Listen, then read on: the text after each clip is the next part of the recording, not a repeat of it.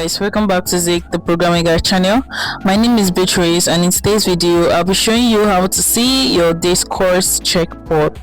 So you can, as you know, they are actually rolling out your checkpots, like all the activities you have actually done on your Discord app this year. But as you can see, I don't have anyone unavailable because I hardly use Discord. So I'm going to show you how to actually use this.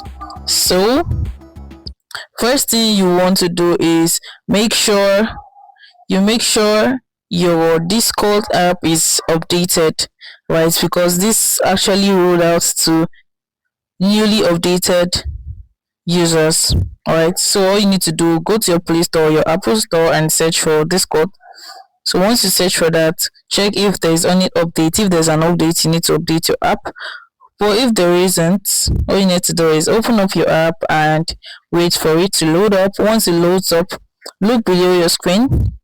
You can see your profile. Let me show you.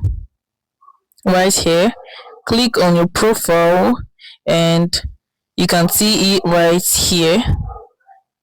So all you need to do is you have to click for it, though it's going to take a little while to actually load up before you can see that. So you need a very strong internet connection to be able to see yours.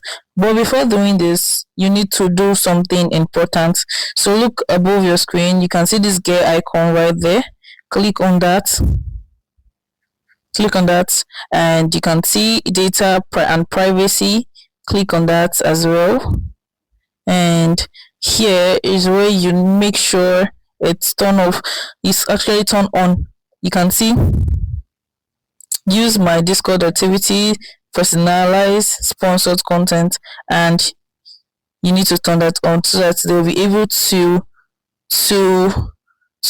gather all your information and all the games you've played and the rest of that as well. So if this guide was helpful, give this a thumbs up and equally subscribe to get more helpful tips like this. Thanks for watching, guys. I'll see you in my next video. Bye.